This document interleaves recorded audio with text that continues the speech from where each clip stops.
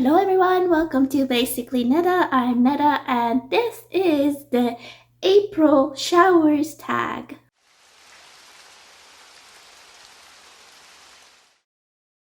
Yes, it's May.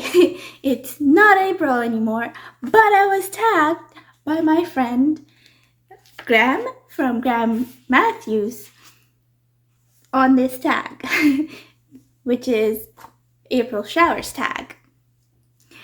So I'm going to do it now because then if I leave it on for a Tuesday tag, then it'll be way past April. As you can see, it's now May 5th, and yeah. So this tag, I could not find the original person who made this tag. I was looking at other booktubers to see if they have it because Graham just mentioned who tagged him, and I'll put all their descriptions and stuff linked below so you can go check Graham out. You can go check everybody else that I talk about out. I was watching The Mild Rumpus and I checked his description and he was saying that this tag was started by Sabrina from Beyond the Book Reviews. This is like a very old tag, so I can understand why the original part would get lost. Maybe this person doesn't put out videos anymore because I couldn't find this person. So if anyone does find them, you can link them down below and I'll put it back into the description. So without going into a lot of details, let's start. So the first question is, show a book with water on the cover.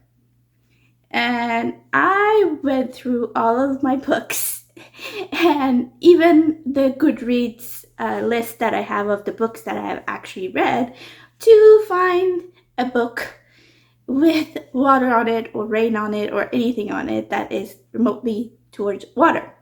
And the only one I found was Odyssey.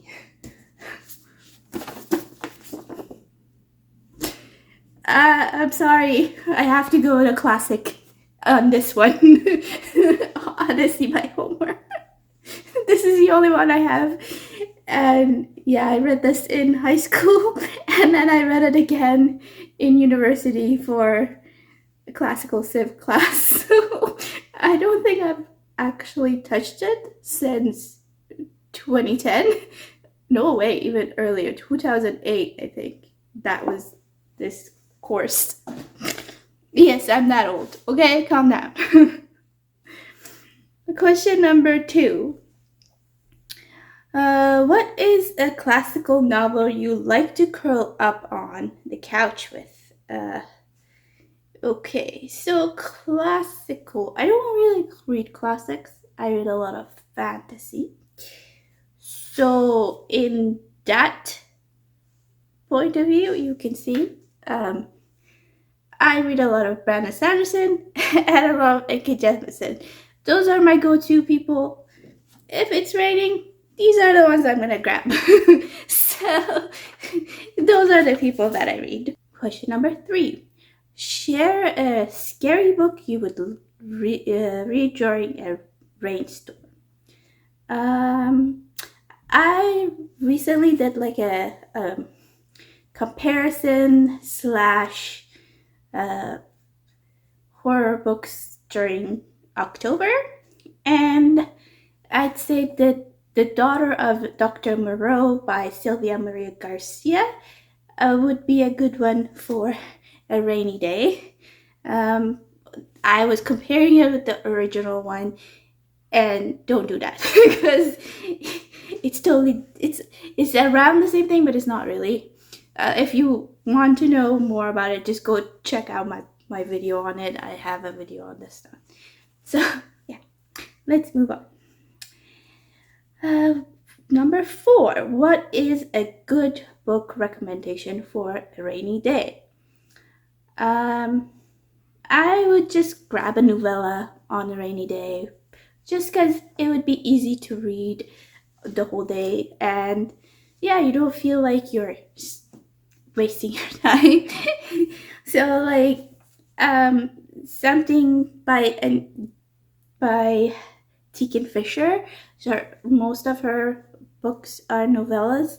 I read A Wizard's Guide to Defensive Baking in one day, and that was really fun. It was funny. It is a little bit YA, but it doesn't feel like it's YA. The other book that I want to read by her is Nettle and Bone, so I hope I get to that one soon, and it's one that everyone raves about. So yeah, those are my choices. Question number 5. What 2 characters would you like to spend a rainy day with? It's kind of hard to put 2 characters in here, so I'm just going to talk about one. Because it was really hard to come up with one. And I think I would say I would want to, well, I could put 2. Yeah, let's put 2. They're both from Brandon Sanderson. So I would say Trez and Vin. I would love to sit down and have maybe a tea party, an afternoon tea conversation with them, just to poke their brains and see what they like to do. Maybe they like to knit, like me, and we'll see what happens. Yes, I'm a weirdo. Okay, question number 6. Share a book that has a blue cover. Okay, I'm gonna go with the bluest one in my collection, and that would be The Judas Blossom by Stephen Aryan. Look, it's just literally blue everywhere. It's just blue, blue, blue. So it's a fun read too, if you are into historical fantasy. Question number 7. What book has a rainy setting at some point?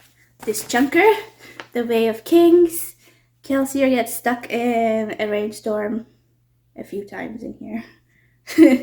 So, yes. That's all I'm going to say about it, because that would be a big, major spoiler. So, yeah, this one. Question number 8. What book would you not mind using as an umbrella? The Tower of Fools by Andrei Sapkowski. There we go. So my friend got this for me during the pandemic because I had just gotten into the Witcher books because of the TV show. She gave me this one for my birthday. Like, she sent it to me for my birthday during the pandemic because she thought, oh, she likes this author. She probably would like the new thing that's coming out by this author. Like, I think it was being translated during that time and had just come out or something. So I did read this. This was not what Witcher is. I really wanted to throw this one out, but because it's something that my friend gave me, it has sentimental value. But I wouldn't mind using it as an umbrella because it's filled with misogyny.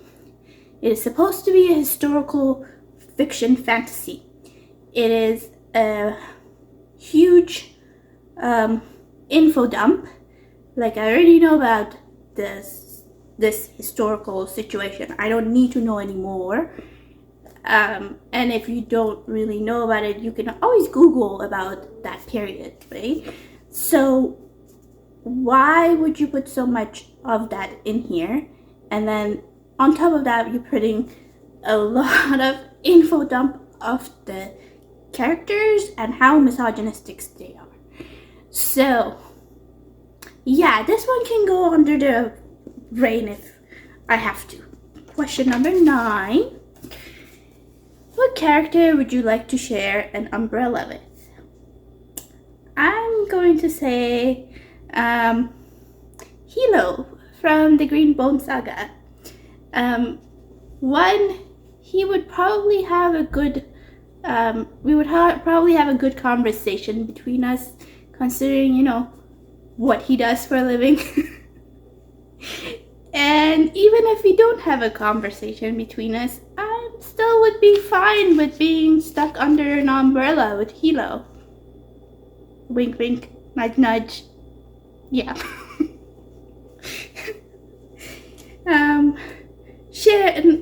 Number 10. Share a novel with a dry beginning but amazing ending. So I recently read Vanco by Sherry Demelin, and this one was very slow from the beginning. If I hadn't gotten to the 4th chapter, I probably would have DNF'd it, but the 4th chapter made it so that I would actually be more interested in it, and I'm so glad that I did read that part, because then the rest of the story was quite very interesting for me. And yeah, that's the good one to read if you want to read, but know that the beginning is a bit dry. Now in the end, tag someone.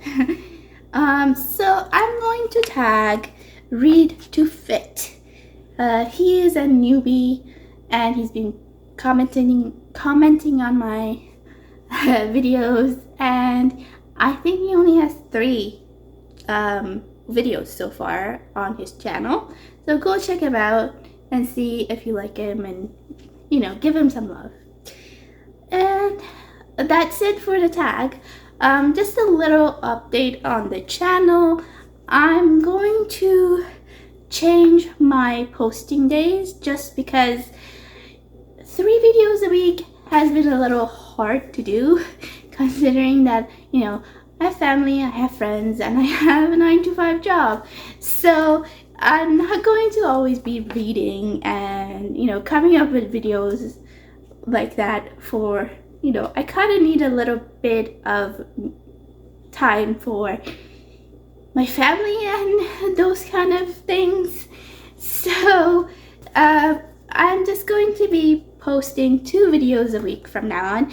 It's going to be on Sundays and Wednesdays. So this way I can talk about what I'm reading or what I finished reading at the end of the week on Sundays, and then maybe do a research one on a Wednesday, or if I finish a audiobook, then I can talk about the audiobook on the Wednesday. So yeah, that's all about the whole checking in thing. And if you like this video, please give it a thumbs up. If you want to know or want to see more from me, please press the subscribe button. If you want to let me know that you were here and you don't have anything to say, just put in an umbrella emoji to let me know that you're there. And thank you for watching. I'll see you in the next one. Bye.